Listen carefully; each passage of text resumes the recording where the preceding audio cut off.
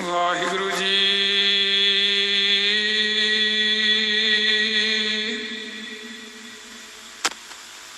ਸ੍ਰੀ ਨਾਨਕ ਅੰਗਦ ਗੁਰੂ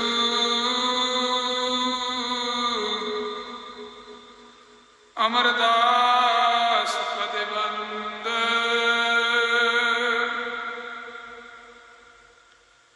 ਰਾਮਦਾਸ ਅਰਜੁਨ ਗੁਰੂ ਬਾਰ ਸ੍ਰੀ ਹਰਗੋਬਿੰਦ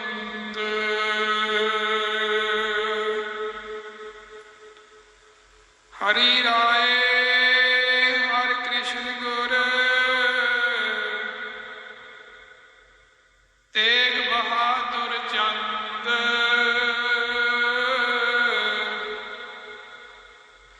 ਦਸਵੇਂ ਗੋਬਿੰਦ ਸਿੰਘ ਗੁਰੂ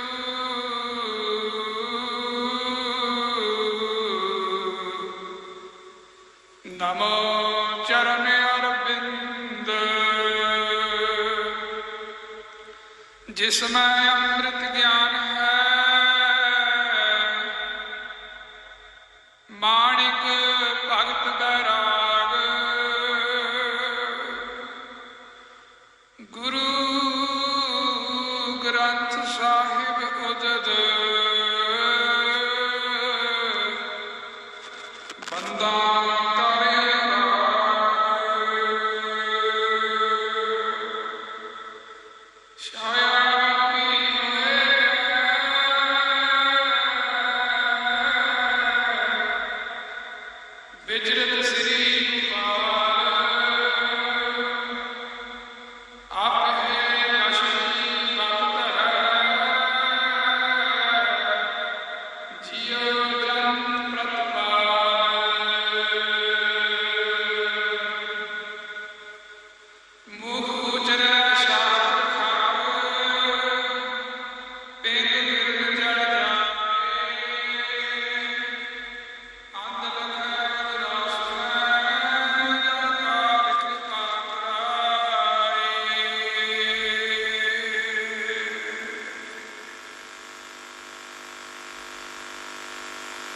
परम सत्कारयोग जुग जुग अटल चवर छत्र तख्त के मालक गुरता गद्दी ते विराजमान गुरुआं दे गुरु धन सतगुरु श्री गुरु ग्रंथ साहिब सच्चे पातशाह जी महाराज तिन्हां दी पावन पवित्र हजूरी दे अंदर महापुरुष बाबा झंडा साहिब जी तिन्हां दे पावन पवित्र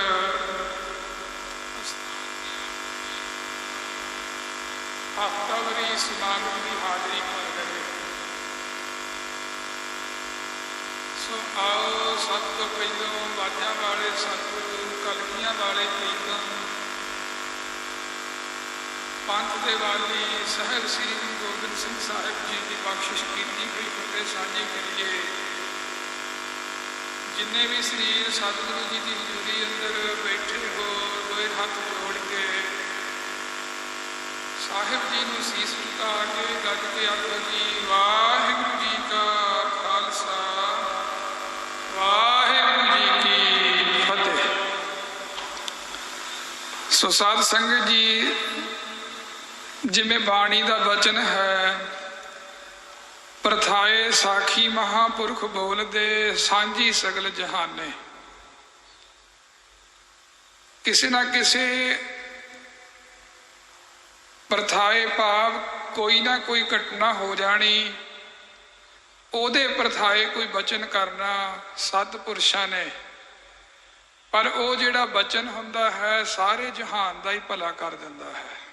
ਉਹ ਇੱਕ ਲਈ ਨਹੀਂ ਹੁੰਦਾ ਭਾਵੇਂ ਸੰਬੋਧਨ ਇੱਕ ਨੂੰ ਹੀ ਕੀਤਾ ਜਾਂਦਾ ਪ੍ਰਥਾਏ ਇੱਕ ਦੇ ਕਿਹਾ ਜਾਂਦਾ ਪਰ ਜਿਹੜਾ ਉਹ ਉਪਦੇਸ਼ ਹੈ ਉਹ ਸਾਰੇ ਜਗਤ ਲਈ ਸਾਂਝਾ ਹੈ। ਇਸ ਤਰੀਕੇ ਦੇ ਨਾਲ ਹੀ ਧੰਨ ਸਤਿਗੁਰੂ ਸ੍ਰੀ ਗੁਰੂ ਨਾਨਕ ਦੇਵ ਜੀ ਤੋਂ ਲੈ ਕੇ ਸ੍ਰੀ ਗੁਰੂ ਗੋਬਿੰਦ ਸਿੰਘ ਸਾਹਿਬ ਸੱਚੇ ਪਾਤਸ਼ਾਹ ਜੀ ਤੱਕ 10 ਗੁਰੂ ਸਾਹਿਬਾਨ ਜੀਆਂ ਨੇ ਸਮੇਂ ਸਮੇਂ ਕੋਈ ਵੀ ਜਦੋਂ ਕੋਈ ਘਟਨਾ ਹੋਈ ਜਾਂ ਸਿੱਖਾਂ ਨੇ ਕੋਈ ਪ੍ਰਸ਼ਨ ਕੀਤਾ, ਕਿਸੇ ਸਮੇਂ ਵੀ ਪ੍ਰਸ਼ਨ ਕਰਕੇ ਸਤਿਗੁਰੂ ਨੂੰ ਪੁੱਛਿਆ, ਉੱਤਰ ਤੇ ਸਤਿਗੁਰੂ ਨੇ ਉਸ ਸਿੱਖ ਨੂੰ ਹੀ ਦਿੱਤਾ ਹੈ। ਪਰ ਉਹ ਜਿਹੜਾ ਉਪਦੇਸ਼ ਹੈ ਸਾਧ ਸੰਗਤ ਜੀ ਆਪਣੇ ਸਾਰਿਆਂ ਲਈ ਅੱਜ ਕਾਰਜ ਕੰਮ ਕਰ ਰਿਹਾ ਹੈ। ਭਾਵ ਉਦੋਂ ਦਾ ਦਿੱਤਾ ਹੋਇਆ ਉਪਦੇਸ਼ ਅੱਜ ਵੀ ਪ੍ਰਥਾਏ ਸਾਖੀ ਮਹਾਂਪੁਰਖ ਬੋਲਦੇ, ਸਾਂਝੀ ਸਗਲ ਜਹਾਨ ਹੈ।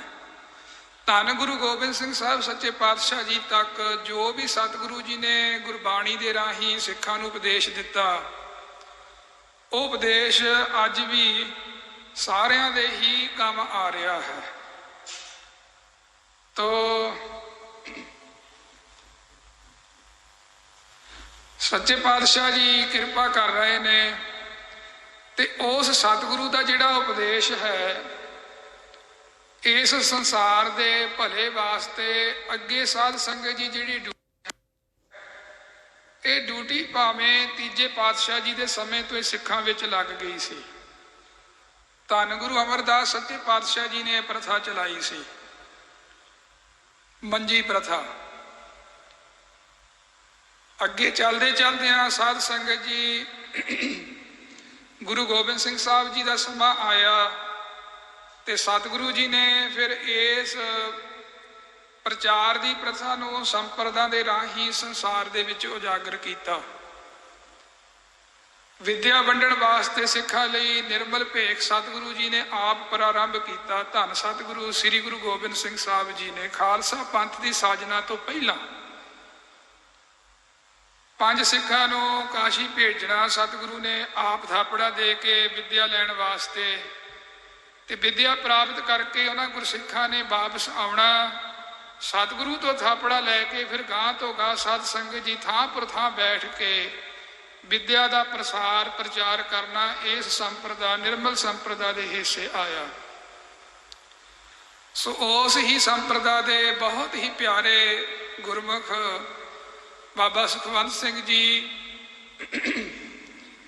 ਸਾਧ ਸੰਗਤ ਜੀ ਜਿਵੇਂ ਦਾਸ ਨੇ ਆਰੰਭ ਵਿੱਚ ਹੀ ਕਿਹਾ ਹੈ, ਪ੍ਰਤਾਖੀ ਸਾਖੀ ਜਿਹੜੀ ਆ ਕੋਈ ਵੀ ਹੋਵੇ ਪ੍ਰਥਾਏ ਮਹਾਂਪੁਰਖ ਬੋਲਦੇ। ਆਪ ਤੇ ਉਹ ਸਿਮਰਨ ਕਰਦੇ ਹੀ ਹੈ, ਪਰ ਸਾਧ ਸੰਗਤ ਦਾ ਭਲਾ ਕਰਨ ਵਾਸਤੇ ਹਫ਼ਤਾਵਾਰੀ ਗੁਰਮਤਿ ਸਮਾਗਮ ਰੱਖਦੇ ਨੇ। ਗੁਰਮੁਖਾਂ ਨੂੰ ਕਿਸੇ ਨਾ ਕਿਸੇ ਨੂੰ ਬੁਲਾ ਕੇ ਕਦੀ ਕੀਰਤਨ ਕਦੀ ਗੁਰਮਤਿ ਵਿਚਾਰ ਦੀਆਂ ਸਾਂਝਾ ਸੰਗਤ ਦੇ ਨਾਲ ਪਵਾਉਂਦੇ ਨੇ। ਸੋ ਇਸ ਵੇਰੀ ਮਹਾਂਪੁਰਖਾਂ ਦਾ ਜੋ ਹੁਕਮ ਹੋਇਆ ਹੈ ਉਹ ਹੋਇਆ ਹੈ ਸਾਧ ਸੰਗਤ ਜੀ, ਕਰ ਇਸ਼ਨਾਨ ਸਿਮਰ ਪ੍ਰਭ ਆਪਣਾ, ਮਨ ਤਨ ਭਏ ਅਰੋਗਾ, ਕੋਟ ਬਿਗਨ ਲਾਥੇ ਪ੍ਰਭ ਸਰਨਾ, ਪ੍ਰਗਟੇ ਭਲੇ ਸੰਜੋਗਾ, ਪ੍ਰਭ ਬਾਣੀ ਸ਼ਬਦ ਸੁਭਾਖਿਆ, ਗਾਵਹੁ ਸੁਣਹੁ ਪੜ੍ਹੋ ਨਿਤ ਭਾਈ, ਗੁਰਪੂਰੈ ਤੂੰ ਰਾਖਿਆ। ਰਹਾਉ ਸਾਚਾ ਸਾਹਿਬ ਅਮਿਤ ਵਡਾਈ, ਭਗਤ ਵਸ਼ਲ ਦਇਆਲਾ, ਸੰਤਾਂ ਕੀ ਪੈਜ ਰੱਖਦਾ ਆਇਆ, ਆਦ ਬਿਰਦ ਪ੍ਰਤਪਾਲਾ। ਇਹ ਜਿਹੜਾ ਸ਼ਬਦ ਹੈ, ਅੰਮ੍ਰਿਤ ਨਾਮ ਭੋਜਨ ਨਿਤ ਪੁੰਚ ਹੋ, ਸਰਬ ਵੇਲਾ ਮੁਖ ਪਾਵ ਹੋ, ਜਰਾ ਮਰਾ ਤਾਪ ਸਭ ਨਾਠਾ, ਗੁਣ ਗੋਬਿੰਦ ਨਿਤ ਗਾਵ ਹੋ, ਸੁਣੀ ਅਰਦਾਸ ਸੁਆਮੀ ਮੇਰਾ, ਸਰਬ ਕਲਾ ਬਣ ਆਈ, ਪ੍ਰਗਟ ਭਈ ਸਗਲੇ ਜੁਗ ਅੰਤਰ, ਗੁਰੂ ਨਾਨਕ ਕੀ ਵਡਿਆਈ।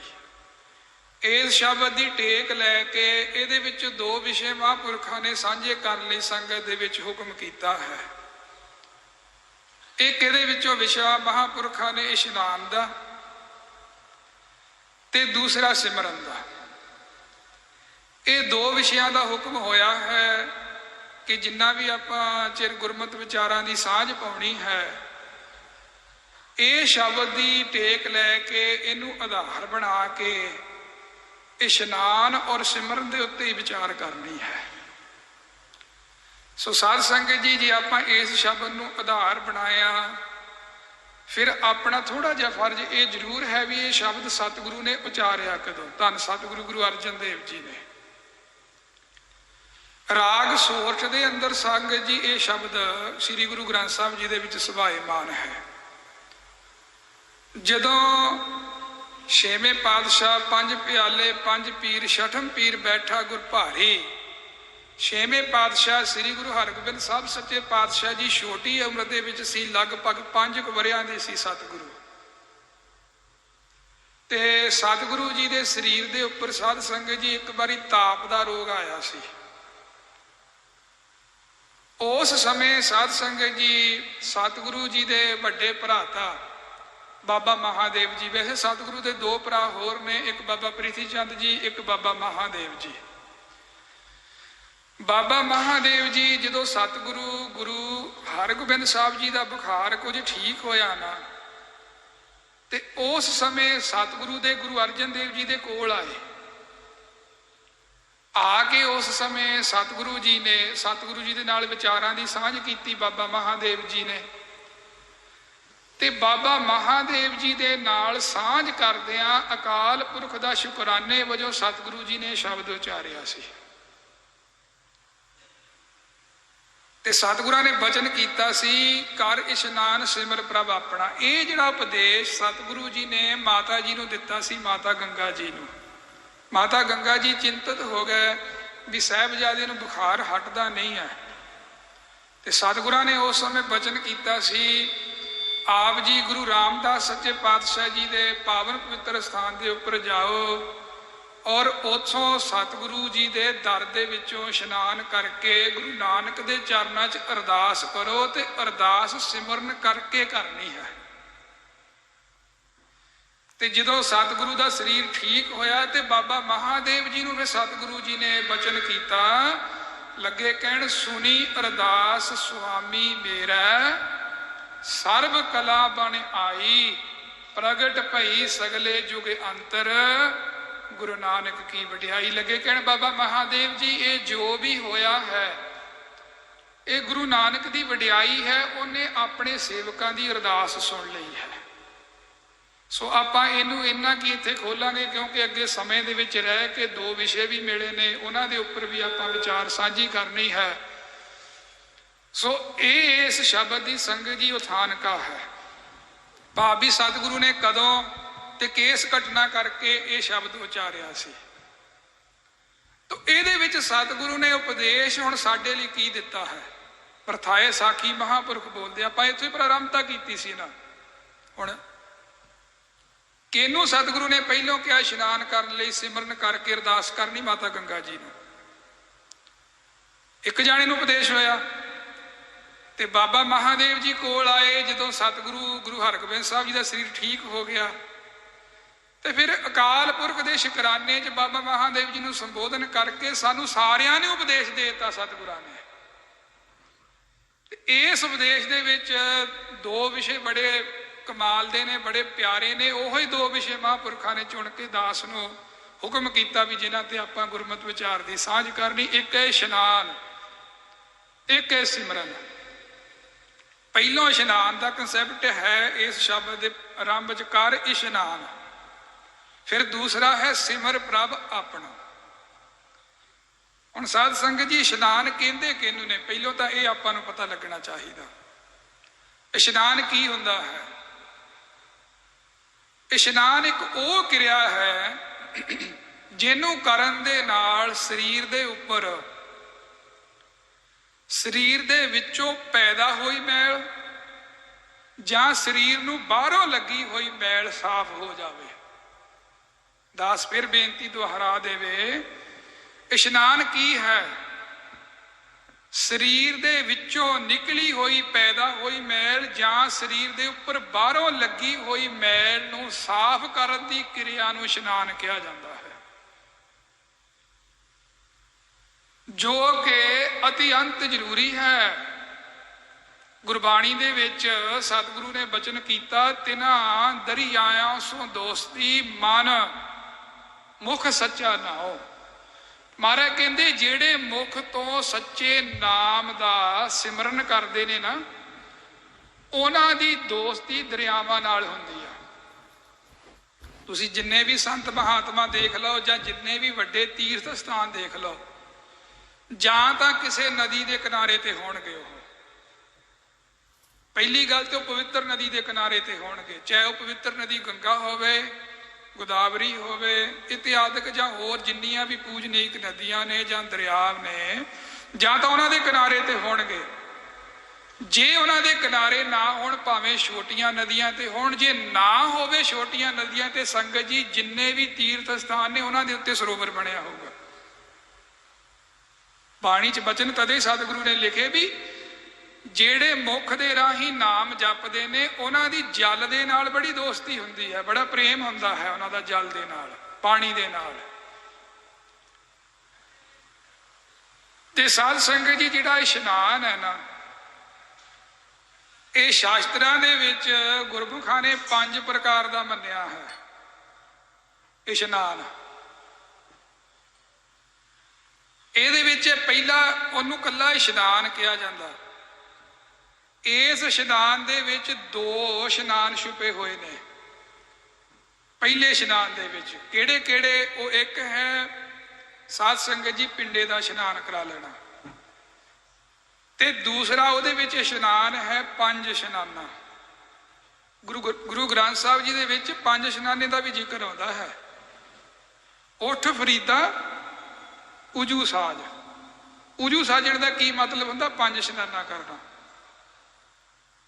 ਇਹ ਇਸ਼ਨਾਨ ਕਦੋਂ ਕਰਨਾ ਹੈ? ਜਦੋਂ ਅਸੀਂ ਕਿਤੇ ਆਪਣੇ ਸਥਾਨ ਤੋਂ ਸਫ਼ਰ ਦੇ ਵਿੱਚ ਦੂਰ ਨੇੜੇ ਗਏ ਹੋਏ ਹਾਂ, ਜਿੱਥੇ ਸਾਡੇ ਕੋਲ ਪਾਣੀ ਦੀ ਵਿਵਸਥਾ ਨਹੀਂ ਹੋ ਸਕਦੀ, ਉੱਥੇ ਫਿਰ ਇਹ ਛੋਟ ਹੈ ਵੀ ਹੁਣ ਜੇ ਤੂੰ ਪੂਰਾ ਇਸ਼ਨਾਨ ਨਹੀਂ ਕਰ ਸਕਦਾ ਤੇ ਹੁਣ 5 ਇਸ਼ਨਾਨਾਂ ਹੀ ਕਰ ਲਾ।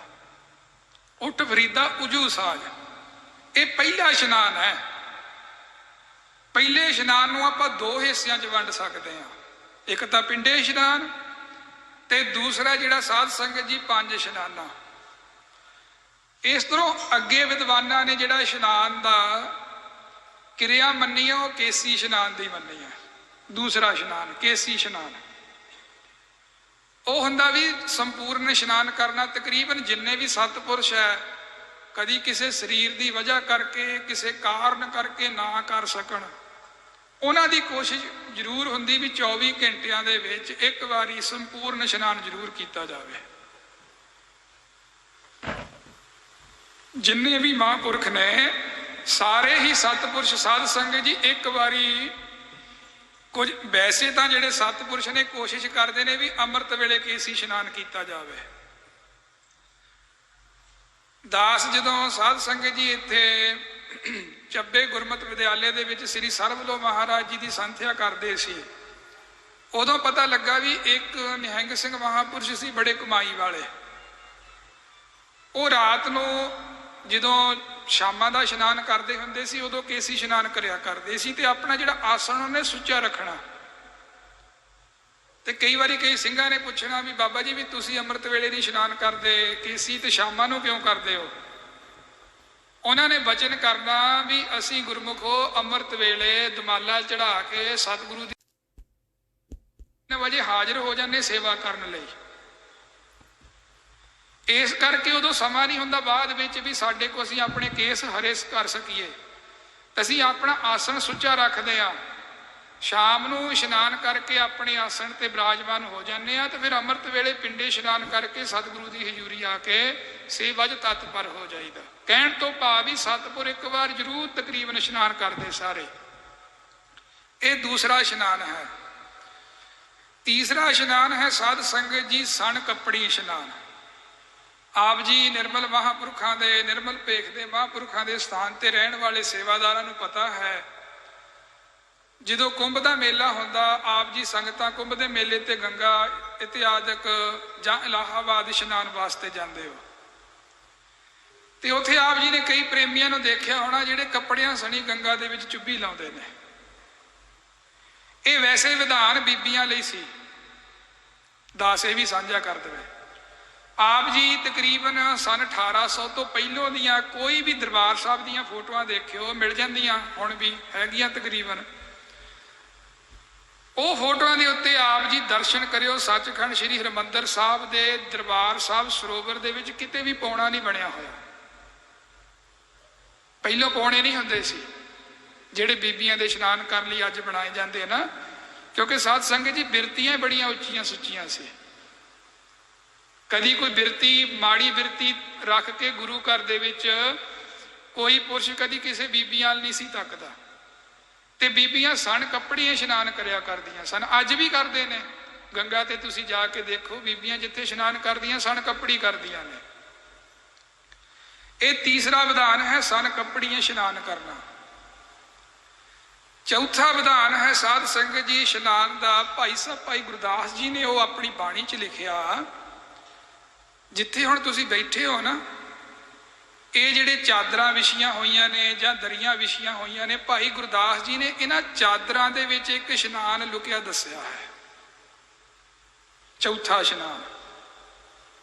भाई गुरदास जी कहते ने कपड़ तप्पड़ झाड़ विछाए धूड़ी नाया। भाई साहब जी कहते भी जिथे गुरु की साध संगत बैठी होवे ना, गुरमुख सज्जन बैठे होण, जिथे बैठ के बाणी पढ़ी गई होवे, उन्हां तप्पड़ां नूं गुरमुखां दे जाण तो बाद जिहड़े गुरसिख झाड़ के विछाउंदे ने ना, उहदे विचों जिहड़ी साध संगत जी छोटी छोटी जिहड़ी अपने पैरां दे नाल कार लग के आ जांदी, उहदे विच फस जांदी आ। ते भाई गुरदास जी कहंदे जदों आपां उहनां नूं झाड़दे आ जोर नाल ते उड़दी आ, उड़ के जो साडे शरीर ते पैंदी आ, भाई गुरदास जी कहंदे उस गुरमुख दा इशनान हो जांदा साध संगत दी धूड़ी नाल। इनू गुरबाणी च भी लिखिया, साध महाराज कहंदे ने माघ मज्जन संग साधुआ धूड़ी कर इशनान, हर का नाम ध्याए कै सबना नो कर दान। ये इशनान दा साध संगत जी महात्म बहुत भारी है।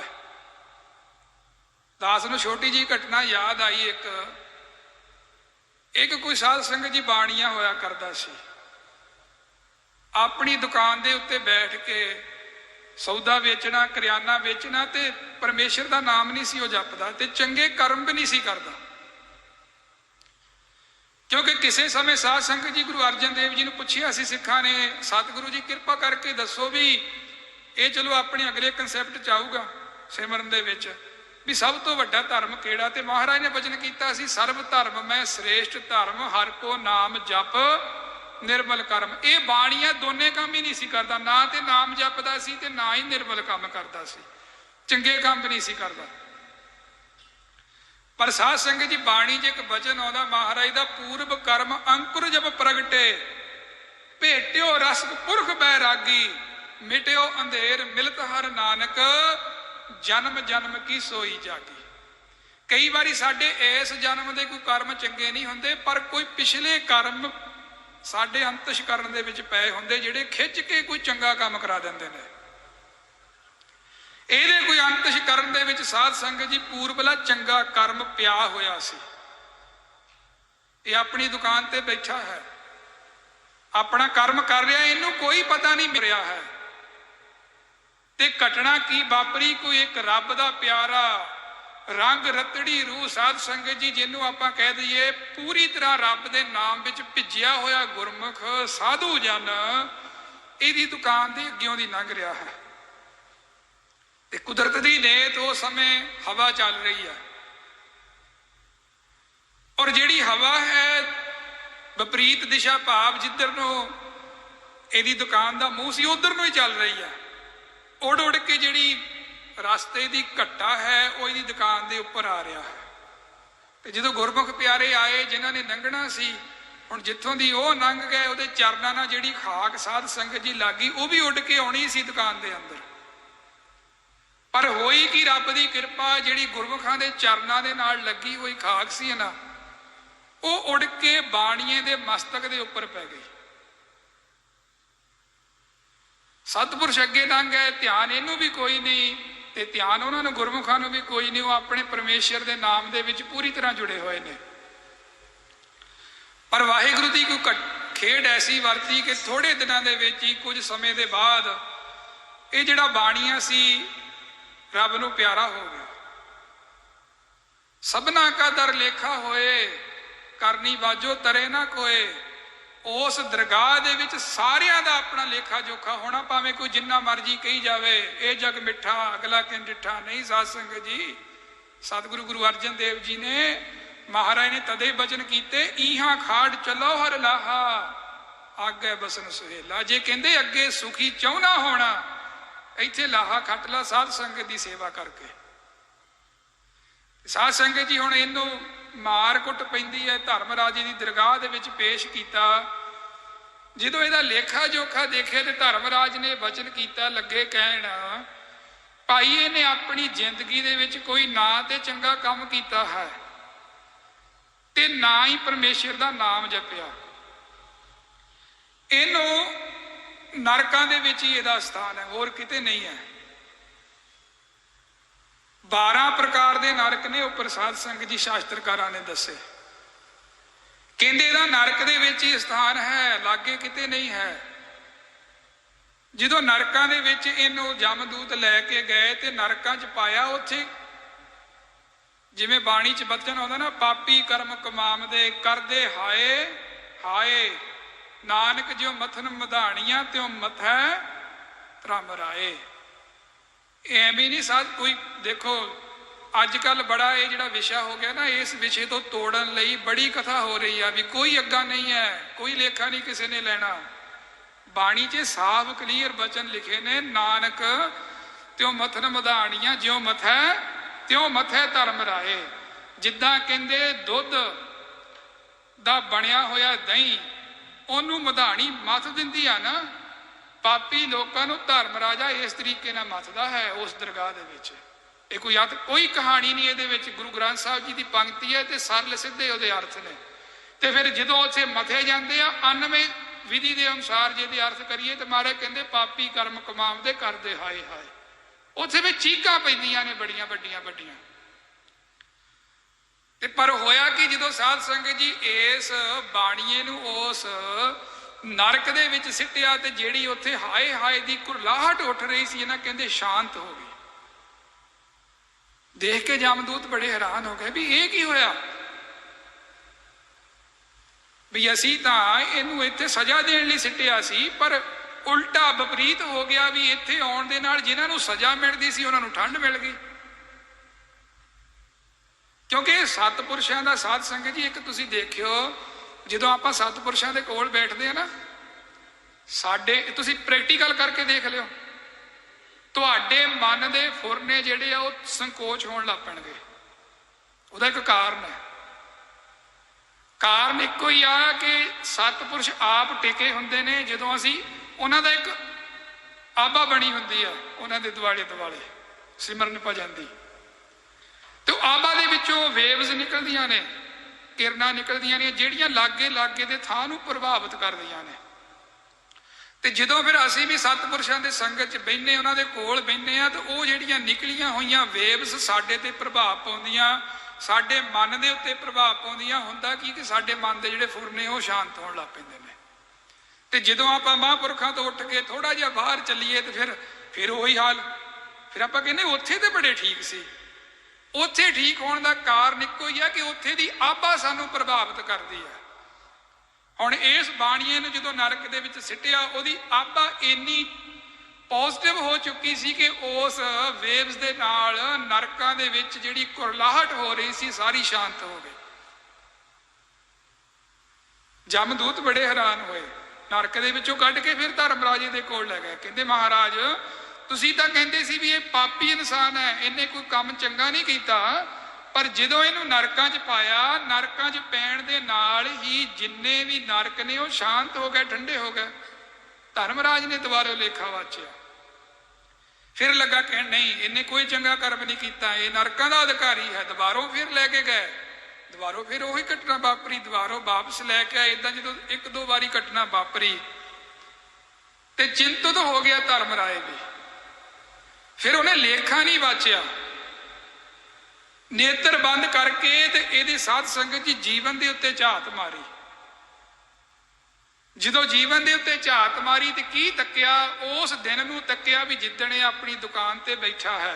जे आपां इशनान की गल कर रहे ना साध संगत जी, भाई गुरदास जी ने भजन कीते आ, तप्पड़ झाड़ विछाए धूड़ी ना आया, भी इस इशनान का फल किन्ना है।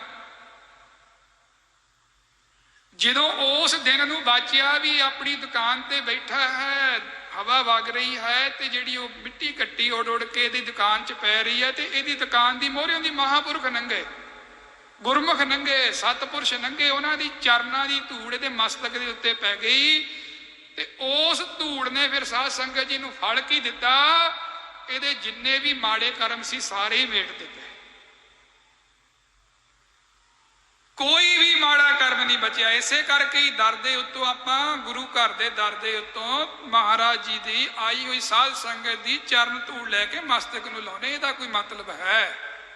ਐਵੇਂ ਨਹੀਂ ਕੋਈ ਕਿਰਿਆ। ਇਹ ਜਿੰਨੀਆਂ ਮਰਿਆਦਾ ਬਣੀਆਂ ਹੁੰਦੀਆਂ, ਇਹ ਕੋਈ ਫੋਕਟ ਮਰਿਆਦਾ ਨਹੀਂ ਹੈ ਬਣੀਆਂ ਹੋਈਆਂ। ਇਹਦੇ ਮਗਰ ਕੋਈ ਨਾ ਕੋਈ ਸਾਧ ਸੰਗਤ ਜੀ ਕਨਸੈਪਟ ਛਪਿਆ ਹੁੰਦਾ ਵੀ ਜੇ ਇੱਕ ਵੀ ਗੁਰਮੁਖ ਦਾ ਉੱਥੇ ਨਾਮ ਰਸੀਏ ਦਾ ਪੈਰ ਲੱਗਾ ਤੇ ਉਹਦੇ ਚਰਨਾਂ ਦੀ ਧੂੜ ਸਾਡੇ ਮਸਤਕ ਨੂੰ ਲੱਗ ਗਈ, ਸਾਧ ਸੰਗਤ ਜੀ ਪੂਰੇ ਕਰਮ ਹੀ ਬਦਲ ਕੇ ਰੱਖ ਦੇਵੇਗੀ ਉਹ ਧੂੜ ਜਿਹੜੀ ਹੈ।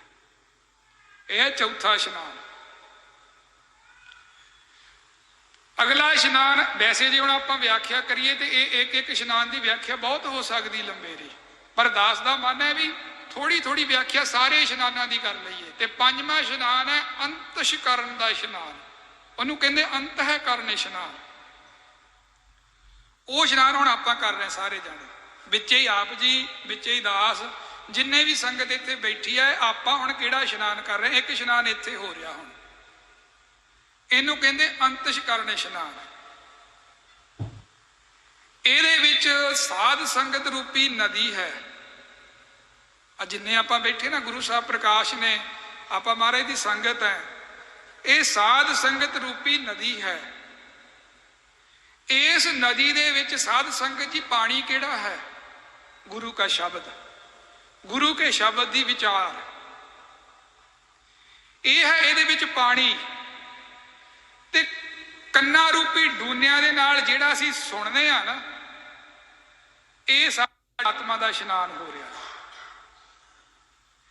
ਇਹਨੂੰ ਗੁਰਬਾਣੀ 'ਚ ਇੱਕ ਹੋਰ ਤਰੀਕੇ ਨਾਲ ਵੀ ਲਿਖਿਆ ਆ। ਮਹਾਰਾਜ ਕਹਿੰਦੇ ਨੇ ਤਿੰਨ ਅਵਸਥਾ ਹੁੰਦੀਆਂ ਨੇ, ਇੱਕ ਸ਼ਰਵਣ ਦੀ, ਇੱਕ ਮੰਨਣ ਦੀ, ਇੱਕ ਨਿਧਿਆਸਣ ਦੀ।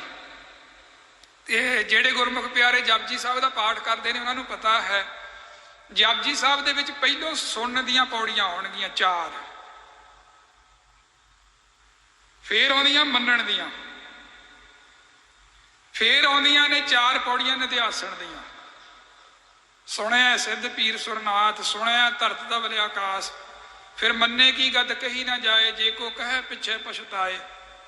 4-4 ਪੌੜੀਆਂ ਇਹ ਆਉਣਗੀਆਂ। ਤੇ ਅਗਲੀਆਂ 4 ਪੌੜੀਆਂ ਜਿਹੜੀਆਂ ਪੰਜ ਪ੍ਰਵਾਨ ਤੋਂ ਸ਼ੁਰੂ ਹੁੰਦੀਆਂ ਨੇ। ਪੰਜ ਪ੍ਰਵਾਨ, ਪੰਜ ਪ੍ਰਧਾਨ, ਪੰਚੇ ਪਾਵਹਿ ਦਰਗਹਿ ਮਾਨ, ਪੰਚੇ ਸੋਹੇ ਦਰ ਰਾਜਾਨ, ਪੰਚਾਂ ਕਾ ਗੁਰ ਏਕ ਧਿਆਨ। ਇੱਕ ਗੁਰੂ ਦੇ ਵਿੱਚ ਜਦੋਂ ਧਿਆਨ ਟਿਕ ਜਾਂਦਾ ਸ੍ਰੇਸ਼ਟ ਪੁਰਸ਼ਾਂ ਦਾ, ਇਹ ਉਹਨਾਂ ਦੀ ਨਿਧਿਆਸਣ ਦੀ ਪੌੜੀ ਹੋ ਜਾਂਦੀ। ਭਾਵ ਜੋ ਸੁਣਿਆ ਸੀ, ਸੁਣ ਕੇ ਜਿਹਨੂੰ ਮੰਨਿਆ ਤੇ ਫਿਰ ਉਹਨੂੰ ਕਮਾਇਆ ਆਪਣੇ ਜੀਵਨ ਦੇ ਵਿੱਚ।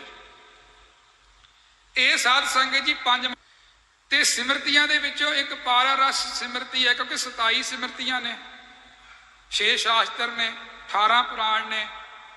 ਉਹਨਾਂ ਦੇ ਵਿੱਚੋਂ 27 ਸਿਮਰਤੀਆਂ ਦੇ ਵਿੱਚੋਂ ਪਾਰਾ ਰਸ ਸਿਮਰਤੀ ਦੇ ਵਿੱਚ 5 ਇਸ਼ਨਾਨ ਉਹਦੇ ਵਿੱਚ ਵੀ ਸਾਧ ਸੰਗਤ ਜੀ ਲਿਖੇ ਆ। ਥੋੜੇ ਜਿਹੇ ਅੰਤਰ ਨਾਲ ਲਿਖੇ ਆ। ਜਦੋਂ ਆਪਾਂ ਉਹਨਾਂ ਦੀ ਵਿਆਖਿਆ ਕਰਾਂਗੇ ਤੇ ਇਹਨਾਂ ਇਸ਼ਨਾਨਾਂ ਦੇ ਵਿੱਚ ਹੀ ਆ ਕੇ ਉਹ ਮਿਲ ਜਾਂਦੇ ਨੇ। ਉਹ ਕਿਹੜੇ 5 ਇਸ਼ਨਾਨ ਨੇ? ਉਹ ਸਾਧ ਸੰਗਤ ਜੀ ਪਹਿਲਾ ਇਸ਼ਨਾਨ ਹੈ ਅਗਨੇਯ ਇਸ਼ਨਾਨ। ਪਹਿਲੋਂ ਦਾ ਸਾਰਿਆਂ ਦੇ ਨਾਮ ਲੈ ਦੇਵੇ, ਕਿਉਂਕਿ ਵਿਦਾਂਤ ਦੇ ਜਿੰਨੇ ਵੀ ਗ੍ਰੰਥ ਹੈ ਜਦੋਂ ਉਹਨਾਂ ਦੀ ਆਪਾਂ ਵਿਆਖਿਆ ਕਰਦੇ ਹਾਂ ਤੇ ਉਹ ਸੌਖੇ ਹੋ ਜਾਂਦੇ, ਪਰ ਜਿਹੜੇ ਉਹਨਾਂ ਦੇ ਨਾਮ ਹੁੰਦੇ ਨੇ ਉਹ ਸਮਝਣ ਲਈ ਥੋੜੇ ਜਿਹਾ ਕਠਿਨ ਹੁੰਦੇ ਨੇ। ਅਗਨੇਯ ਇਸ਼ਨਾਨ। ਦੂਸਰਾ ਹੈ ਵਰੁਣ ਇਸ਼ਨਾਨ। ਤੀਸਰਾ ਹੈ ਵਾਯੂ ਇਸ਼ਨਾਨ। ਤੇ ਸਾਧ ਸੰਗਤ ਜੀ ਚੌਥਾ ਹੈ ਦਿਵਯ ਇਸ਼ਨਾਨ। ਤੇ ਪੰਜਵਾਂ ਹੈ ਬ੍ਰਹਮ ਇਸ਼ਨਾਨ। ਇਹ ਮੇਲੇ ਇੱਧਰ ਹੀ ਜਾਣੇ ਆ ਸਾਰੇ। ਉਹ ਆ ਕੇ ਥੋੜੇ ਜਿਹੇ 99 ਕਰਨੇ ਪੈਣੇ ਆ। 99 ਦਾ ਅਰਥ ਹੁੰਦਾ ਵੀ ਅੱਗੇ ਪਿੱਛੇ ਕਰਨੇ। ਉੱਥੇ ਕਰਮ ਬਾਰੇ ਇਦਾਂ ਹੀ ਲਿਖੇ ਆ। ਸਭ ਤੋਂ ਪਹਿਲਾਂ ਉਹਨਾਂ ਨੇ ਅਗਨੀ ਇਸ਼ਨਾਨ ਮੰਨਿਆ। ਤੇ ਉਹ ਆਪ ਜੀ ਨੇ ਦੇਖਿਆ ਹੋਣਾ ਵੀ ਕਈ ਸਾਧੂ ਵਿਭੂਤੀ ਵਗੈਰਾ ਮਲ ਕੇ ਰੱਖਦੇ ਸਾਰੇ ਪਿੰਡ ਦੇ ਉੱਤੇ, ਉਹਦਾ ਇਸ਼ਨਾਨ ਮੰਨਦੇ ਨੇ। ਅਗਨੀ ਦੇ ਵਿੱਚੋਂ ਕੀ ਲੈਣੀ? ਰਾਖ। ਅਗਨੀ ਜਿਹੜੀ ਲੱਕੜਾਂ ਨੂੰ ਜਾਲ ਕੇ ਸਾਧ ਸੰਗਤ ਜੀ ਉਹ ਕੀ ਬਣ ਜਾਂਦਾ? ਮੁੜ ਕੇ ਰਾਖ ਬਣ ਜਾਂਦੀ ਆ। ਉਹ ਫਿਰ ਆਪਣੇ ਪਿੰਡੇ ਤੇ ਮਲਦੇ ਆ। ਹੁਣ ਆਪਾਂ ਪਹਿਲਾਂ ਇਹਨਾਂ ਨੂੰ ਅਨਵੇਂ ਕਰ ਲਈਏ, ਕਿਉਂਕਿ ਜੇ ਇਹਨਾਂ ਦੀ ਕਰਮਵਾਰ ਵਿਆਖਿਆ ਕੀਤੀ ਤੇ ਜਿਹੜੀ ਵਿਆਖਿਆ ਆਪਾਂ ਪਹਿਲੋਂ ਕੀਤੀ ਆ ਉਹਦੇ ਵਿੱਚ ਥੋੜਾ ਜਿਹਾ ਅੰਤਰ ਆ ਜਾਊਗਾ। ਅਨਵੇਂ ਰੀਤ ਹੁੰਦੀ ਇੱਕ, ਅਨਵੇਂ ਰੀਤ ਜਿਵੇਂ ਸਾਧ ਸੰਗਤ ਜੀ ਵੈਸੇ ਗੁਰਬਾਣੀ ਦੇ ਨਾ ਕਿਸੇ ਵੀ ਪਦ ਨੂੰ ਤੁਸੀਂ ਅਨਵੇਂ ਕਰਕੇ ਵੀ ਅਰਥ ਕਰ ਲਓ ਤੇ ਉਹਦੇ ਅਰਥ ਸਾਕਾਰਥ ਨਿਕਲਣਗੇ। ਇਹ ਇੱਕ ਗੁਰਬਾਣੀ ਦੀ ਬੜੀ ਵੱਡੀ ਕਲਾ ਹੈ, ਸਤਿਗੁਰੂ ਨੇ ਗੁਰਬਾਣੀ ਦੇ ਵਿੱਚ ਰੱਖੀ। ਹੁਣ ਜਪਜੀ ਸਾਹਿਬ ਹੈ, ਜਪਜੀ ਸਾਹਿਬ ਦਾ ਵੈਸੇ ਜੀ ਆਪਾਂ ਸਤਿਕਾਰ ਨਾਲ ਬੋਲਦੇ ਆ, ਇਹਦਾ ਨਾਮ ਹੈ ਜਪ ਸਾਹਿਬ। ਸਾਹਿਬ ਵੀ ਆਪਾਂ ਸਤਿਕਾਰ ਨਾਲ ਹੀ ਬੋਲਦੇ ਆ, ਨਾਮ ਹੈ ਬਾਣੀ ਦਾ ਜਪ। ਅਨਵੇਂ ਦਾ ਅਰਥ ਹੁੰਦਾ ਵੀ ਅੱਗੇ ਪਿੱਛੇ ਕਰ ਲੈਣਾ। ਜੇ ਕੋਈ ਪੁੱਛ ਲਵੇ ਜਪਣਾ ਕਿਉਂ ਹੈ, ਕਹਿੰਦੇ ਇਹਨੂੰ ਅਨਵੇਂ ਕਰ ਲਾ, ਤੈਨੂੰ ਆਪੇ ਪਤਾ ਲੱਗ ਜੂ ਜਪਣਾ ਕਿਉਂ ਹੈ। ਅਨਵੇਂ ਭਾਵ ਵੀ ਜਿਹੜਾ ਪਿੱਛੇ ਅੱਖਰ ਹੈ ਉਹਨੂੰ ਮੋਹਰੇ ਕਰ ਲਓ ਤੇ ਜਿਹੜਾ ਮੋਹਰੇ ਉਹਨੂੰ ਪਿੱਛੇ ਕਰ ਲਓ, ਕੀ ਬਣ ਜੂਗਾ? ਪੁੱਜ। ਜਪਣਾ ਕਿਉਂ ਹੈ? ਕਹਿੰਦੇ ਜਿਸ ਪਰਮੇਸ਼ਰ ਦੇ ਦਰ ਤੋਂ ਵਿਛੜ ਗਿਆ ਨਾ, ਇਸ ਕਰਕੇ ਜਪ ਕੇ ਉਸ ਦਰ ਦੇ ਉੱਤੇ ਪੁੱਜ ਜਾਵੇ। ਜਾਪ ਦੇ ਅਰਥ ਕਰ ਲਓ, ਪਹਿਲੋਂ ਪੁੱਜਣ ਦਾ ਹੁਕਮ ਹੁੰਦਾ। ਇਹ ਆਪਾਂ ਅਗਲੇ ਚ ਕਰਦੇ ਆਂ ਵਿਆਖਿਆ ਇਹਦੀ, ਕਿਉਂਕਿ ਸਿਮਰਨ ਦੇ ਨਾਲ ਸੰਬੰਧਿਤ ਇਹ ਚੀਜ਼ ਹੈ। ਹੁਣ ਇਹਨਾਂ ਨੂੰ ਆਪਾਂ ਅਨਵੇਂ ਕਰੀਏ। ਅਗਨੀ ਇਸ਼ਨਾਨ, ਉਦੋਂ ਬਾਅਦ ਦੇ ਵਿੱਚ ਵਰੁਣ ਇਸ਼ਨਾਨ। ਵਰੁਣ ਇਸ਼ਨਾਨ ਹੁਣ ਆਪਾਂ ਪਹਿਲੋਂ ਲੈ ਆਵਾਂਗੇ। ਵਰੁਣ ਕੀ ਹੈ ਸਾਧ ਸੰਗਤ ਜੀ? ਵਰੁਣ ਹੈ ਦੇਵਤਾ। ਇਹ ਕਿਹੜਾ ਦੇਵਤਾ? ਪਾਣੀ ਦਾ। ਉਹਨਾਂ ਨੇ ਕਿਹਾ ਵੀ ਸਭ ਤੋਂ ਜਿਹੜਾ ਪ੍ਰਮੁੱਖ ਇਸ਼ਨਾਨ ਹੈ ਨਾ, ਉਹ ਪਾਣੀ ਦੇ ਨਾਲ ਹੀ ਹੁੰਦਾ ਹੈ। ਪਾਣੀ ਦੇ ਨਾਲ ਹੀ ਕੇਸੀ ਇਸ਼ਨਾਨ ਹੁੰਦਾ ਹੈ, ਪਾਣੀ ਦੇ ਨਾਲ ਹੀ ਪਿੰਡੇ ਦਾ ਇਸ਼ਨਾਨ ਹੁੰਦਾ ਹੈ, ਪਾਣੀ ਦੇ ਨਾਲ ਹੀ ਆਪਾਂ 5 ਇਸ਼ਨਾਨਾਂ ਕਰ ਸਕਦੇ ਹਾਂ। ਉਹ ਕਹਿੰਦੇ ਪਹਿਲਾ ਇਸ਼ਨਾਨ ਹੈ ਵਰੁਣ ਇਸ਼ਨਾਨ। ਵਰੁਣ ਇਸ਼ਨਾਨ ਤੋਂ ਬਾਅਦ ਵਿੱਚ ਉਹਨਾਂ ਨੇ ਮੰਨਿਆ ਪੌਣ ਇਸ਼ਨਾਨ। ਪੌਣ ਦਾ ਮਤਲਬ ਹੁੰਦਾ ਹੈ ਜਿਹੜੀ ਸਾਧ ਸੰਗਤ ਜੀ ਹਵਾ ਵਗਦੀ ਹੈ।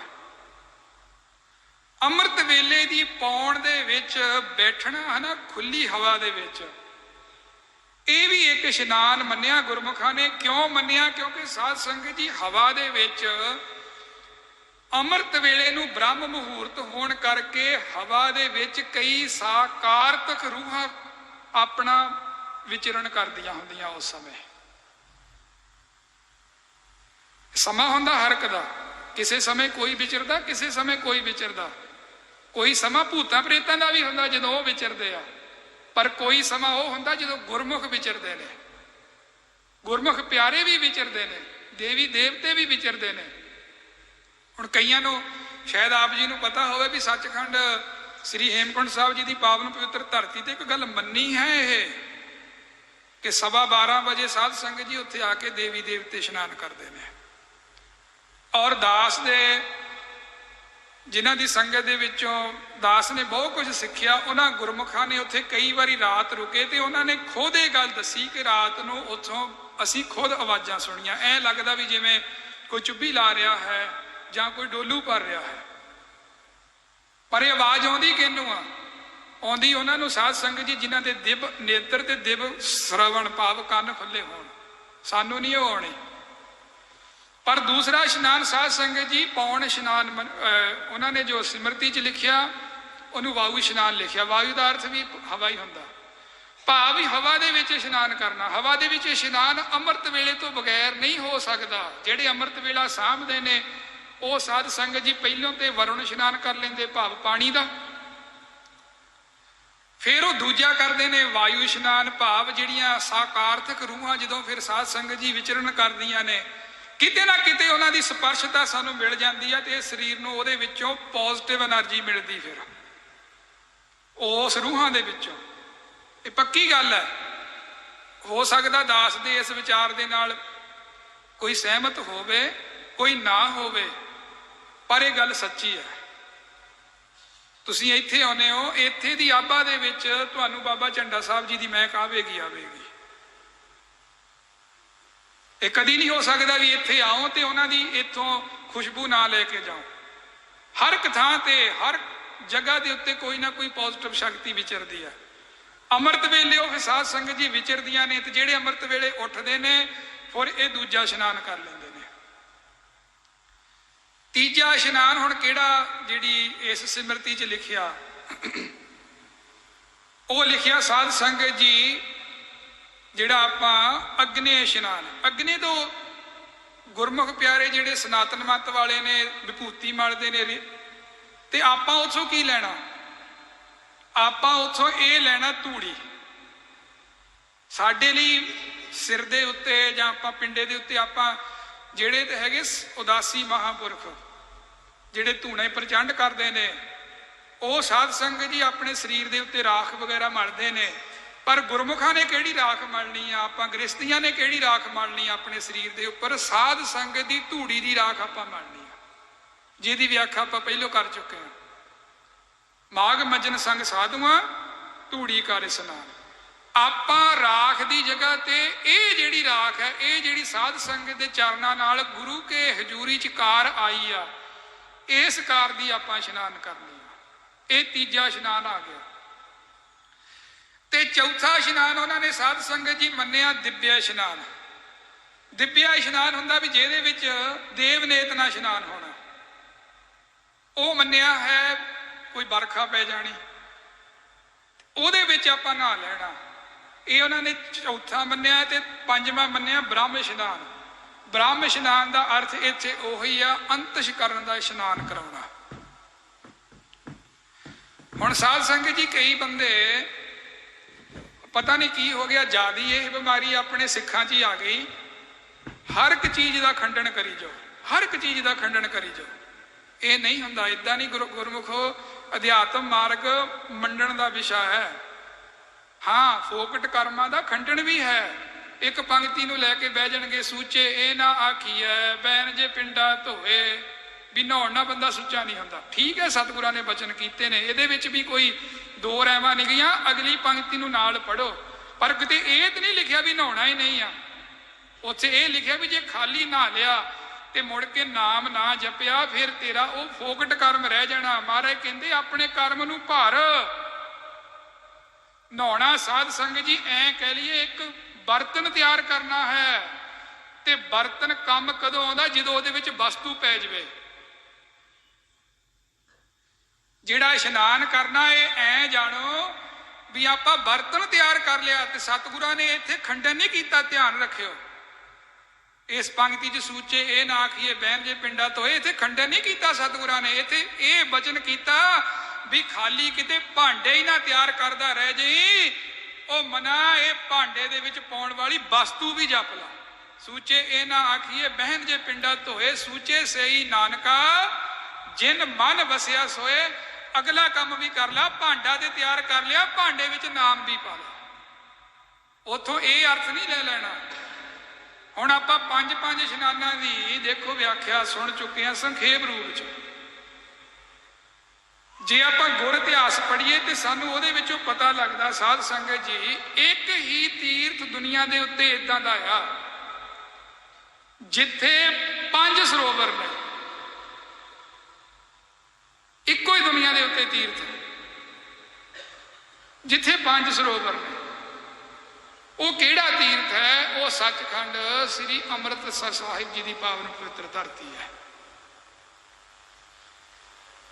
ਤੁਸੀਂ ਸਾਰੀ ਦੁਨੀਆ ਦਾ ਭ੍ਰਮਣ ਕਰ ਲਿਓ, ਸਾਰੇ ਹੀ ਤੀਰਥ ਆਪੋ ਆਪਣੀ ਥਾਵਾਂ ਦੇ ਉੱਤੇ ਸਤਿਕਾਰਯੋਗ ਨੇ। ਔਰ ਦਾਸ ਇਹ ਵੀ ਕਹਿ ਦੇਵੇ ਸਾਰੇ ਪੂਜਣਯੋਗ ਵੀ ਨੇ।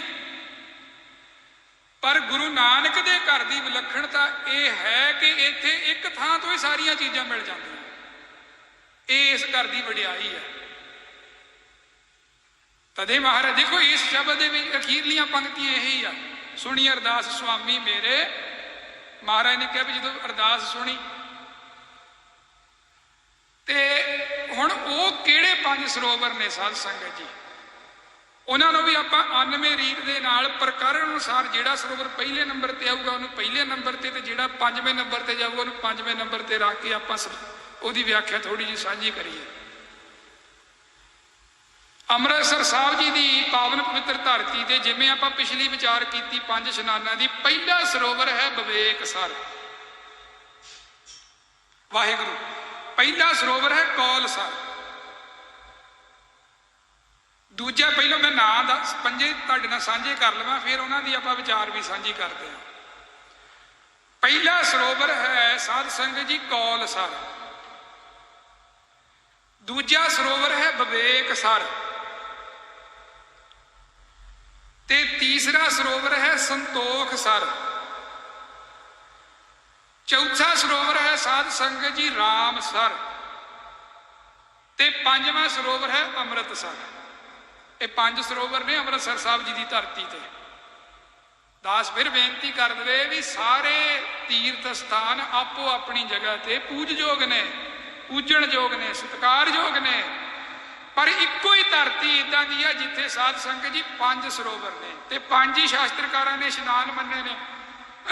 हुण आपां इन्हां दी व्याख्या इन्हां सरोवरां दे नाल रला के करिए। पहला सरोवर है कौलसर। कौल का अर्थ की है? कौल का अर्थ हुंदा है बचन। आप कई बार कहते हैं ना फलाना फलाना बंदा अपने कौलों का बड़ा पक्का। कौल तो भाव हुंदा बोल, जबान दे नाल जिहड़े कीते जांदे ने, मूँह नाल जिहड़े कीते जांदे ने। हुण जे आपां बचनां दे विचों एक गल लईए भी बचन जां बोल हुंदे कित्थों ने? मूँह किस चीज़ का हिस्सा है? मूँह शरीर का हिस्सा है। मूँह शरीर का हिस्सा है ना साध संगत जी। ते इधर पहला इशनान पिंडे का, जिथों आप व्याख्या प्रारंभ की सी। कौल सर बचन का पक्के होना, भाव शरीर का इशनान होना। ते दूसरा है विवेक सर। ये बड़ी दास संखेप जी व्याख्या कर रहा। वैसे जे इन्हां दी व्याख्या बड़ा मन दास का खुश होया जो गुरमुख प्यारे भाई दारा सिंह जी ने कहा भी, कहते भाई साहब जी भी इस विषय को लैके आप जी ने विचार साझी करनी है।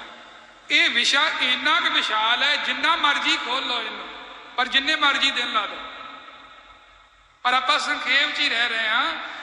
पहला है कौल। कौल है साध संगत जी बचन, ते बचन तो लेना शरीर, ते शरीर तो पहला इशनान की लेना पिंडे का। दूजा है विवेक सर। विवेक का की अर्थ? विवेक हुंदा साध संगत जी विचार करनी। विचार की करनी? सत ते असत दी। सत ते असत दी विचार करके असत नूं छोड़ देना है, सत नूं ग्रहण कर लेना। ते विचार आउंदी कित्थों आ? विचार आउंदी कित्थों संगत जी? विचार का संबंध किहदे नाल है? विचार का संबंध बुद्धि दे नाल है। बुद्धि दे विचों विचार प्रगट हुंदी है।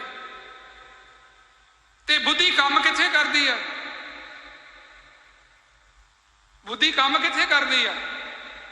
बुद्धि साध संगत जी आपां मनदे भी सिर च काम करदी है। कोई बंदा कई बार गलत कोई काम कर लवे जां ठीक काम ना करे, ते अपनी जिहड़ी पेंडू भाषा उहदे विच आपां की कहने, उहनूं कहंदे की गल आ काम किवें करदा? तेरा सिर नहीं काम करदा सी। गुरु घर दे विच सत ते असत दी विचार करनी, असत नूं छोड़ देना, सत नूं ग्रहण करना, ये गुरमुखां दा रस्ता है। ते ये विचार सिर च हुंदी है। ते साध संगत जी उधर विवेक सर बन गया, इधर दूजा केसी इशनान आ गया। क्योंकि आप 5 इशनान पहलों विचार चुके ना, पिंडे इशनान, केसी इशनान, फिर सन कपड़ी इशनान। और ये सारे सरोवर इशनाना की व्याख्या कर रहे हैं। पता नहीं की हो गया सिखां नूं, भी सिख तो खंडन करते हो गए सारा कुछ। दूसरा इशनान विवेक सर का है। किते समा बने साध संगत जी ये तुसीं 5 सरोवरां ते जाया करो। दूसरा इशनान है विवेक सर का। इथों की लेना? केसी इशनान। ते तीसरा इशनान आपां मन्निया सी साध संगत जी कपड़ियां दा, भी सन कपड़ी डुब्बी लाउणी। वो नदी च भी लगती है, सरोवरां च भी लगती है। पहले समय सरोवरां च इवें इशनान हुंदे सी, अज नहीं करते। क्योंकि अज संगत जी पहली गल ते सानूं इशनान करन दी मर्यादा ही भुल गई है। पुराने महात्मा कदी भी सरोवर च मैले पिंडे नहीं सी वड़िया करते। जे साडी शरीर की कोई क्रिया मैली हुंदी सी ना, पहलों बाहर इशनान करके फिर किसी भी पावन पवित्र स्थान के उत्ते इशनान करते हुंदे सी। ये विधान हुंदा सी पुराना, असीं भुल गए सारा कुछ। ਅਸੀਂ ਤਾਂ ਤੀਰਥਾਂ ਦੇ ਉੱਤੇ ਸਰੋਵਰਾਂ ਤੇ ਜਾ ਕੇ ਵੀ ਆਪਣੇ ਤਨ ਦੀ ਮਹਿਲ ਲਾਉਂਦੇ ਆ। ਸ੍ਰੀ ਸਰੋਵਰ 'ਚ ਕਦੀ ਆਪਣੇ ਪਿੰਡੇ ਨੂੰ ਨਹੀਂ ਮਲਣਾ, ਇਹ ਮਰਿਆਦਾ ਹੈ ਉੱਥੇ ਦੀ। ਅੱਜ ਜੇ ਕੋਈ ਸਿਖਾਵੇ ਤੇ ਅਗਲਾ ਕਹਿੰਦਾ ਜਾ ਬਾਬਾ ਤੂੰ ਆਪਣਾ ਕੰਮ ਕਰ, ਸਾਨੂੰ ਕਰਨ ਦੇ। ਇਹ ਬੜੀ ਦੁਰਗਤੀ ਵਾਲੀ ਗੱਲ ਹੈ ਇਹ, ਜਿਹੜੀ ਆਪਾਂ ਅੱਜ ਕੱਲ੍ਹ ਗੁਰਮੁਖਾਂ ਦੀ, ਮਹਾਂਪੁਰਖਾਂ ਦੀ ਮਰਿਆਦਾ ਛੱਡੀ ਜਾ ਰਹੇ ਹਾਂ। ਤੇ ਤੀਸਰਾ ਇਸ਼ਨਾਨ ਸੀ ਸਣ ਕੱਪੜੀ ਇਸ਼ਨਾਨ ਕਰਨਾ। ਸਣ ਕੱਪੜੀ ਇਸ਼ਨਾਨ ਕਰਨ ਦਾ ਭਾਵ ਸੀ ਵੀ ਸੰਤੋਖ 'ਚ ਰਹਿਣਾ। ਭਾਵੀ ਇੰਨੀ ਵੀ ਇੱਛਾ ਨਹੀਂ ਰੱਖਣੀ ਵੀ ਮੇਰੇ ਹੁਣ ਕੱਪੜੇ ਗਿੱਲੇ ਹੋ ਜਾਣਗੇ, ਮੈਂ ਕੀ ਕਰਾਂਗਾ। ਇੱਥੋਂ ਕੀ ਲੈਣਾ ਵੀ ਸੰਤੋਖ ਲੈਣਾ। ਸੰਤੋਖੀ ਬੰਦਾ ਹਮੇਸ਼ਾ ਸਾਧ ਸੰਗਤ ਜੀ ਟਿਕ ਕੇ ਬੈਠਦਾ ਹੋਊਗਾ। ਤੇ ਧੰਨ ਗੁਰੂ ਅਰਜਨ ਦੇਵ ਸਾਹਿਬ ਸੱਚੇ ਪਾਤਸ਼ਾਹ ਜੀ ਨੇ ਆਪਣੇ ਸਿੱਖ ਦਾ ਜੀਵਨ ਸਫਲਿਆ ਕਰਨ ਲਈ ਟਾਹਲੀ ਸਾਹਿਬ ਵਾਲੇ ਅਸਥਾਨ ਦੇ ਉੱਤੇ ਸਾਧ ਸੰਗਤ ਜੀ ਸੰਤੋਖ ਸਰ ਨਾਂ ਦਾ ਸਰੋਵਰ ਬਣਾਇਆ, ਜਿੱਥੇ ਸੰਤੋਖਾ ਰਿਸ਼ੀ ਰਹਿੰਦਾ ਸੀ। ਸੰਤੋਖਾ ਰਿਸ਼ੀ ਜੋ ਕਿ ਭਗਵਾਨ ਰਾਮਚੰਦਰ ਜੀ ਦੇ ਸਮੇਂ ਬੰਦਗੀ ਕਰਦਾ ਸੀ। ਤੇ ਉਹਦੇ ਕੋਈ ਪੁੱਛਿਆ ਸੀ ਭਗਵਾਨ ਰਾਮਚੰਦਰ ਜੀ ਨੂੰ, ਤਾਂ ਉਹਨਾਂ ਨੇ ਫਿਰ ਦੱਸਿਆ ਸੀ ਵੀ ਕਲਯੁਗ ਦੇ ਵਿੱਚ ਗੁਰੂ ਨਾਨਕ ਸਾਹਿਬ ਜੀ ਆਉਣਗੇ, ਉਹਨਾਂ ਦੇ ਦਰਸ਼ਨ ਕਰਕੇ ਪਰਮ ਆਨੰਦ ਦੀ ਪ੍ਰਾਪਤੀ ਕਰੇਗਾ। ਉਸ ਸਮੇਂ ਤੋਂ ਲੈ ਕੇ ਇੱਕ ਮੱਠ ਦੇ ਵਿੱਚ ਆਪਣੇ ਜੋਗ ਦੇ ਰਾਹੀਂ ਸਵਾਸਾਂ ਨੂੰ 10ਵੇਂ ਦਰਬਾਰ ਦੇ ਵਿੱਚ ਚੜਾ ਕੇ 3 ਯੁੱਗ ਬੈਠਾ ਰਿਹਾ ਸੀ ਗੁਰੂ ਅਰਜਨ ਦੇਵ ਜੀ ਦੇ ਦਰਸ਼ਨ ਕਰਨ ਲਈ। ਉਹ ਸਥਾਨ ਗੁਰੂ ਅਰਜਨ ਦੇਵ ਜੀ ਨੇ ਪ੍ਰਗਟ ਕੀਤਾ ਤੇ ਸਤਿਗੁਰੂ ਨੇ ਫਿਰ ਉੱਥੇ ਸਰੋਵਰ ਬਣਾਇਆ। ਸਰੋਵਰ ਦਾ ਨਾਮ ਰੱਖਿਆ ਸੰਤੋਖ ਸਰ ਸਾਹਿਬ। ਇਹ ਤੀਜਾ ਇਸ਼ਨਾਨ ਹੈ। ਹੁਣ ਸਾਧ ਸੰਗਤ ਜੀ ਚੌਥਾ ਇਸ਼ਨਾਨ। ਚੌਥਾ ਇਸ਼ਨਾਨ ਆਪਾਂ ਤੱਪੜ ਚਾੜ ਵਿਛਾਏ ਧੂੜੀ ਨਹਾਇਆ, ਇਹ ਕੀਤਾ ਸੀ। ਇਧਰ ਸਾਧ ਸੰਗਤ ਜੀ ਧੂੜੀ ਕਿਹੜੀ ਆਪਾਂ ਲੈਣੀ ਆ। ਹੁਣ ਸਰੀਰ ਦੀ ਜਿਹੜੀ ਮੈਲ ਹੈ ਜਾਂ ਮਾੜੇ ਕਰਮ ਹੈ ਉਹ ਤੇ ਆਪਾਂ ਇਸ ਧੂੜੀ ਨਾਲ ਲਹਾ ਲਵਾਂਗੇ, ਪਰ ਇੱਕ ਸਾਡੇ ਅੰਤਰ ਆਤਮਾ ਨੂੰ ਜਿਹੜੀ ਮੈਲ ਲੱਗੀ ਆ ਉਹ ਕਹਿੰਦੇ ਕਿਵੇਂ ਲਿਥੇਗੀ। ਉਹ ਸਾਧ ਸੰਗਤ ਜੀ ਗੁਰੂ ਅਰਜਨ ਦੇਵ ਜੀ ਨੇ ਕਿਰਪਾ ਕੀਤੀ। ਮਹਾਰਾਜ ਕਹਿੰਦੇ ਉਹ ਰਾਮ ਦਾ ਨਾਮ ਜਪ ਕੇ ਲਿਥੇਗੀ ਤੇ ਤੂੰ ਇਸ ਸਥਾਨ ਤੇ ਆ ਕੇ ਇਸ਼ਨਾਨ ਕਰਕੇ ਜਪ ਕਰੀ। ਤੇ ਸਤਿਗੁਰਾਂ ਨੇ ਸਰੋਵਰ ਬਣਾਇਆ, ਉਹਦਾ ਨਾਮ ਰੱਖਿਆ ਰਾਮਸਰ। ਚੌਥੇ ਸਰੋਵਰ ਦਾ ਨਾਮ ਰਾਮਸਰ ਰੱਖਿਆ। ਤੇ ਰਾਮਸਰ ਤੋਂ ਅੱਗੇ ਸਾਧ ਸੰਗਤ ਜੀ ਸਰੋਵਰ ਹੈ ਅੰਮ੍ਰਿਤਸਰ। ਇਧਰ 4 ਇਸ਼ਨਾਨ 4 ਸਰੋਵਰ। ਤੇ ਹੁਣ 5ਵਾਂ ਇਸ਼ਨਾਨ ਆ ਗਿਆ ਹੈ। 5ਵਾਂ ਇਸ਼ਨਾਨ ਸੀ ਅੰਤਿਸ਼ਕਰਨ ਦਾ। ਇਹਨੂੰ ਗੁਰੂ ਨਾਨਕ ਸਾਹਿਬ ਸੱਚੇ ਪਾਤਸ਼ਾਹ ਜੀ ਨੇ ਲਿਖਿਆ ਗੁਰਬਾਣੀ ਦੇ ਵਿੱਚ, ਆਪਾਂ ਪੜ੍ਹਦੇ ਸਾਰੇ ਹੀ ਆ। ਮਹਾਰਾਜ ਕਹਿੰਦੇ ਸੁਣਿਆ ਮੰਨਿਆ ਮਨ ਕੀਤਾ ਭਾਵ। ਆਪਾਂ ਪਹਿਲਾਂ ਜਦੋਂ ਇਹ ਅੰਤਿਸ਼ਕਰਨ ਇਸ਼ਨਾਨ ਦੀ ਗੱਲ ਕੀਤੀ ਸੀ ਤੇ ਆਪਾਂ 3 ਚੀਜ਼ਾਂ ਲਈਆਂ ਸੀ ਉਹਦੇ ਵਿੱਚ। ਸਾਧ ਸੰਗਤ ਰੂਪੀ ਨਦੀ ਹੈ, ਵਿਚਾਰ ਰੂਪੀ ਜਲ ਹੈ, ਤੇ ਜੀਵ ਰੂਪੀ ਇਸਤਰੀ, ਭਾਵੇਂ ਉਹ ਸਰੀਰ ਇਸਤਰੀ ਦਾ ਹੋਵੇ ਚਾਹੇ ਪੁਰਸ਼ ਦਾ ਹੋਵੇ, ਕਿਆ ਜੀਵ ਰੂਪ ਇਸਤਰੀ ਇਹ ਜਾਂਦਾ। ਜੀਵ ਰੂਪ ਇਸਤਰੀ ਉਸ ਵਿਚਾਰ ਦੇ ਵਿੱਚ ਡੁੱਬੀਆਂ ਲਾਉਂਦੀ ਹੈ। ਤੇ ਸਤਿਗੁਰੂ ਨਾਨਕ ਸਾਹਿਬ ਨੇ ਕਿਹਾ ਵੀ ਉਹ ਡੁੱਬੀਆਂ ਕਿਵੇਂ ਲੱਗਣਗੀਆਂ। ਕਹਿੰਦੇ ਸੁਣਿਆ, ਪਹਿਲੋਂ ਸੁਣ, ਮੰਨਿਆ, ਫਿਰ ਜੋ ਸੁਣਿਆ ਉਹਨੂੰ ਮੰਨ। ਫਿਰ ਤੀਜਾ ਕਰਮ ਮਹਾਰਾਜ ਨੇ ਕੀਤਾ, ਕਿਹਾ ਮਨ ਰੱਖੀਏ ਭਾਓ। ਸੁਣਿਆ ਮੰਨਿਆ ਮਨ ਕੀਤਾ ਭਾਓ ਅੰਤਰਗਤ। ਮਹਾਰਾਜ ਕਹਿੰਦੇ ਅੰਤਰਗਤ ਤੀਰਥ ਮਲ ਨਾਲ, ਇਹਦੇ ਵਿੱਚ ਇਸ਼ਨਾਨ ਕਰ।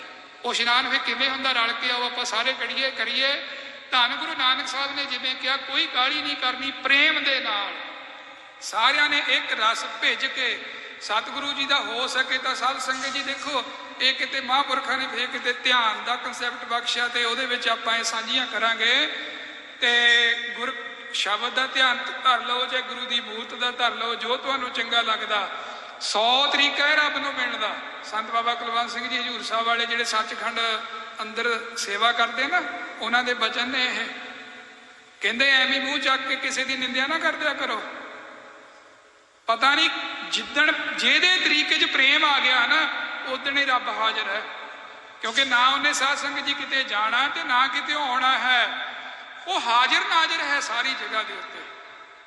ਤੇ ਸਿਰਫ ਇੱਕ ਘਾਟ ਹੈ, ਕਿਹੜੀ? ਉਹ ਤੀਜੀ ਪ੍ਰੇਮ ਦੀ। ਆਓ ਪ੍ਰੇਮ ਦੇ ਨਾਲ ਜਪੀਏ, ਵਾਹਿਗੁਰੂ ਵਾਹਿਗੁਰੂ ਵਾਹਿਗੁਰੂ ਵਾਹਿਗੁਰੂ ਵਾਹਿਗੁਰੂ।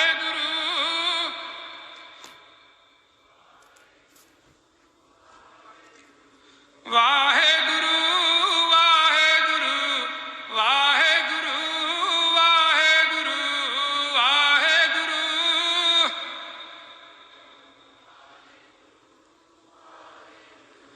ਵਾਹਿਗੁਰੂ ਧੰਨ ਵਾਹਿਗੁਰੂ ਵਾਹਿਗੁਰੂ ਧੰਨ ਵਾਹਿਗੁਰੂ ਵਾਹਿਗੁਰੂ ਧੰਨ ਵਾਹਿਗੁਰੂ ਵਾਹਿਗੁਰੂ ਵਾਹਿਗੁਰੂ ਵਾਹਿਗੁਰੂ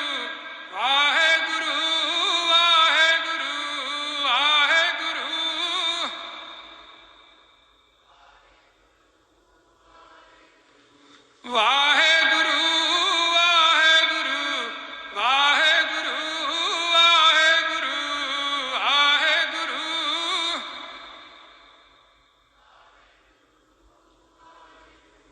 ਸਾਧ ਸੰਗਤ ਜੀ, ਇਹ ਹੈ ਪੰਜਵਾਂ ਇਸ਼ਨਾਨ। ਇਹ ਹੈ ਪੰਜਵਾਂ ਇਸ਼ਨਾਨ। ਸੁਣਿਆ ਮੰਨਿਆ ਮਨ ਕੀਤਾ ਭਾਉ, ਅੰਤਰਗਤ ਤੀਰਥ ਮਲ ਨਾਉ। ਪੰਜਵਾਂ ਇਸ਼ਨਾਨ ਇਹ ਹੈ। ਦਾਸ ਕੋਈ ਅਤ ਕਥਨੀ ਨਹੀਂ ਕਹਿ ਰਿਹਾ, ਇਹ ਮਹਾਂਪੁਰਖਾਂ ਦੇ ਬਚਨ ਹੈ ਸੰਤ ਬਾਬਾ ਕੁਲਵੰਤ ਸਿੰਘ ਜੀ ਦੇ, ਜੋ ਤਖਤ ਸਾਹਿਬ ਅੰਦਰ ਸੇਵਾ ਕਰਦੇ ਨੇ। ਮਹਾਂਪੁਰਖਾਂ ਨੇ ਬਚਨ ਕੀਤਾ ਸੀ, ਕਹਿੰਦੇ 100 ਤਰੀਕਾ ਹੈ ਪਰਮੇਸ਼ਰ ਨੂੰ ਪਾਉਣ ਦਾ, ਔਰ ਕਦੀ ਕਿਸੇ ਦੇ ਤਰੀਕੇ ਦੇ ਉੱਤੇ ਤੁਸੀਂ ਨਾ ਐਵੇਂ ਖੰਡਨ ਨਾ ਕਰਿਆ ਕਰੋ ਏਡੀ ਛੇਤੀ। ਸਿਰਫ ਘਾਟ ਹੈ ਤੇ ਪ੍ਰੇਮ ਦੀ ਘਾਟ ਹੈ। ਜਿੱਦਣ ਵਿੱਚ ਆ ਕੇ ਪ੍ਰੇਮ ਪੈ ਗਿਆ, ਉਦਣ ਹੀ ਰੱਬ ਹਾਜ਼ਰ ਹੋ ਜਾਣਾ।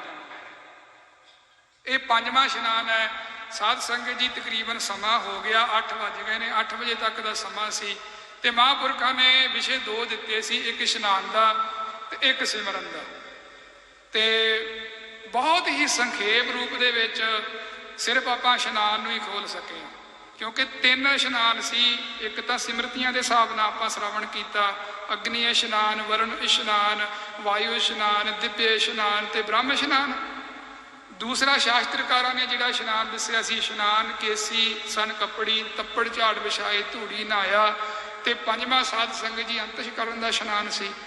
ਤੇ ਗੁਰੂ ਅਰਜਨ ਦੇਵ ਜੀ ਨੇ ਤੇ ਗੁਰੂ ਹਰਗੋਬਿੰਦ ਸਾਹਿਬ ਜੀ ਨੇ ਨਾ 5 ਇਸ਼ਨਾਨਾਂ ਲਈ 5 ਹੀ ਸਰੋਵਰ ਬਣਾਏ। ਉਹਨਾਂ ਦੀ ਵਿਆਖਿਆ ਵੀ ਆਪਾਂ ਸੁਣ ਚੁੱਕੇ ਹਾਂ। ਪਹਿਲਾ ਕੌਲਸਰ। ਦਾਸ ਕਿਉਂਕਿ ਹੁਣ ਸਮਾਪਤੀ ਕਰਨ ਲੱਗਾ, ਸੰਖੇਪ ਚ ਫਿਰ ਕਰ ਦਈਏ ਤੇ ਸਾਰਾ ਕੁਝ ਯਾਦ ਆ ਜਾਂਦਾ, ਭਾਵੋ ਜਿਹੜੀ ਰੀਲ ਚੱਲੀ ਹੁੰਦੀ ਘੁੰਮ ਜਾਂਦੀ ਆ ਸਾਰੀ। ਪਹਿਲਾ ਕੌਲਸਰ। ਕੌਲਸਰ ਤੋਂ ਬਚਨ, ਬਚਨਾਂ ਤੋਂ ਸਰੀਰ ਦਾ ਇਸ਼ਨਾਨ ਲੈਣਾ ਹੈ। ਤੇ ਦੂਸਰਾ ਹੈ ਵਿਵੇਕਸਰ। ਵਿਵੇਕ ਤੋਂ ਵਿਚਾਰ ਲੈਣਾ, ਵਿਚਾਰ ਤੋਂ ਬੁੱਧੀ ਲੈਣੀ, ਬੁੱਧੀ ਤੋਂ ਸਿਰ ਲੈਣਾ ਤੇ ਸਿਰ ਤੋਂ ਕੇਸੀ ਇਸ਼ਨਾਨ ਲੈਣਾ। ਇਹ ਦੂਸਰਾ ਇਸ਼ਨਾਨ। ਤੇ ਤੀਸਰਾ ਸਣ ਕੱਪੜੀ ਇਸ਼ਨਾਨ। ਇਹਦੇ ਤੋਂ ਸਾਧ ਸੰਗਤ ਜੀ ਸੰਤੋਖ ਲੈਣਾ। ਧੰਨ ਗੁਰੂ ਅਰਜਨ ਦੇਵ ਜੀ ਨੇ ਸੰਤੋਖ ਸਰ ਬਣਾਇਆ, ਤੀਜਾ ਇਸ਼ਨਾਨ ਦਿੱਤਾ। ਤੇ ਸਾਧ ਸੰਗਤ ਜੀ ਚੌਥਾ ਧੂੜੀ ਦਾ ਇਸ਼ਨਾਨ। ਇੱਥੋਂ ਧੰਨ ਗੁਰੂ ਅਰਜਨ ਦੇਵ ਜੀ ਨੇ ਸਾਨੂੰ ਰਾਮਸਰ ਦਿੱਤਾ। ਤੇ ਪੰਜਵਾਂ ਸਾਧ ਸੰਗਤ ਜੀ ਜਿਹੜਾ ਆਪਾਂ ਅਖੀਰ ਤੇ ਹੁਣ ਜਪ ਕੇ ਹਟੇ ਆ, ਅੰਮ੍ਰਿਤ ਦੇ ਵਿੱਚ, ਨਾਮ ਰੂਪੀ ਅੰਮ੍ਰਿਤ ਦੇ ਵਿੱਚ, ਨੌ ਨਿਧ ਅੰਮ੍ਰਿਤ ਪ੍ਰਭ ਕਾ ਨਾਮ ਦੇਹੀ ਮੈਂ ਇਸ ਕਾ ਵਿਸਰਾਮ। ਉਹ ਜਿਹੜਾ ਅੰਦਰ ਖੂਹ ਨਾਮ ਦਾ ਪਿਆ, ਉਹਦੇ ਵਿੱਚ ਫਿਰ ਸਾਧ ਸੰਗਤ ਜੀ ਡੁੱਬੀਆਂ ਲਾਉਣੀਆਂ। ਇਹ 5 ਪ੍ਰਕਾਰ ਦਾ ਇਸ਼ਨਾਨ ਇਸ ਪ੍ਰਕਾਰ ਹੈ। ਬਾਕੀ ਸਾਧ ਸੰਗਤ ਜੀ ਸਿਮਰਨ ਦੀ ਜਿਹੜੀ ਵਿਆਖਿਆ ਫਿਰ ਕਿਤੇ ਸਮਾਂ ਮਿਲਿਆ ਫਿਰ ਆਪਾਂ ਸਾਂਝੀ ਕਰਾਂਗੇ। ਬੋਲਦਿਆਂ ਕੋਲੋਂ ਅਨੇਕ ਪ੍ਰਕਾਰ ਦੀਆਂ ਭੁੱਲਾਂ ਚੁੱਕਾਂ ਹੋ ਜਾਂਦੀਆਂ ਨੇ। ਆਪ ਜੀ ਨੇ ਛੋਟਾ ਜਾਣ ਕੇ ਮਾਫ ਕਰ ਦੇਣਾ। ਗੁਰਮੁਖ ਪਿਆਰੇ ਮਹਾਂਪੁਰਖ ਬਾਬਾ ਸੁਖਵੰਤ ਸਿੰਘ ਜੀ ਆਪ ਸੰਗਤ ਦੇ ਵਿੱਚ ਬਿਰਾਜਮਾਨ ਨੇ, ਬਹੁਤ ਪ੍ਰੇਮ ਕਰਦੇ ਨੇ, ਬਹੁਤ ਹੀ ਸਤਿਕਾਰਯੋਗ ਮਹਾਂਪੁਰਖ ਨੇ। ਸੋ ਮਹਾਂਪੁਰਖ